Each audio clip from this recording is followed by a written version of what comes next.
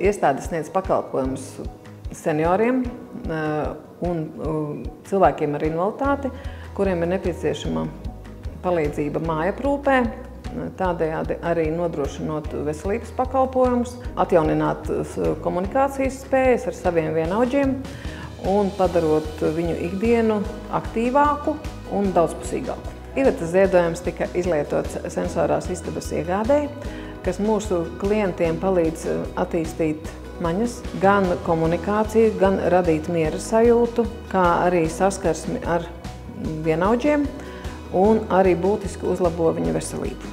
Mūsu iestādē viena cilvēka atbildība, nozīme ir ļoti bezgala svarīga, jo šajā iestādē no viena cilvēka un no visas komandas kopā ir ļoti atkarīgs šis darba kvalitāte, precizitāte, attieksme un komunikācija, lai sasniegtu to, ko mēs esam nolikuši sev par mērķi un vīziju.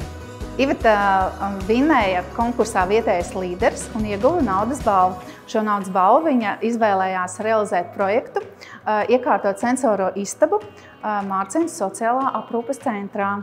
Viņa izvēlējās ierīkot tieši Mārciņas aprūpes centrā šo sensoro istabu, jo kādu laiku atpakaļ viņas māmiņa šeit bija klients. Viens cilvēks var padarīt ļoti daudz.